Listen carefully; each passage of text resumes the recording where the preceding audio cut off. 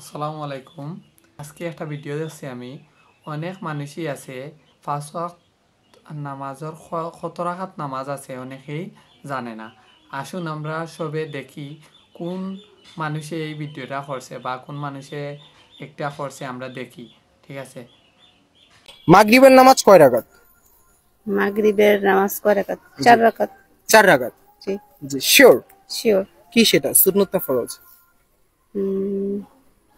ফরজ। এটা কি সঠিকভাবে নিব নাকি আপনি একটু ভাববেন, সময় দিব?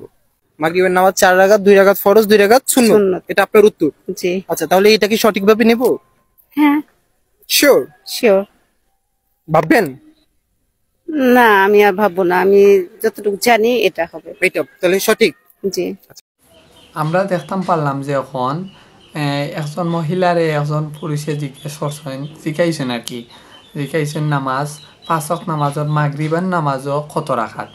তাই উঠিয়া কইছেন এটা ৪ রাকাত।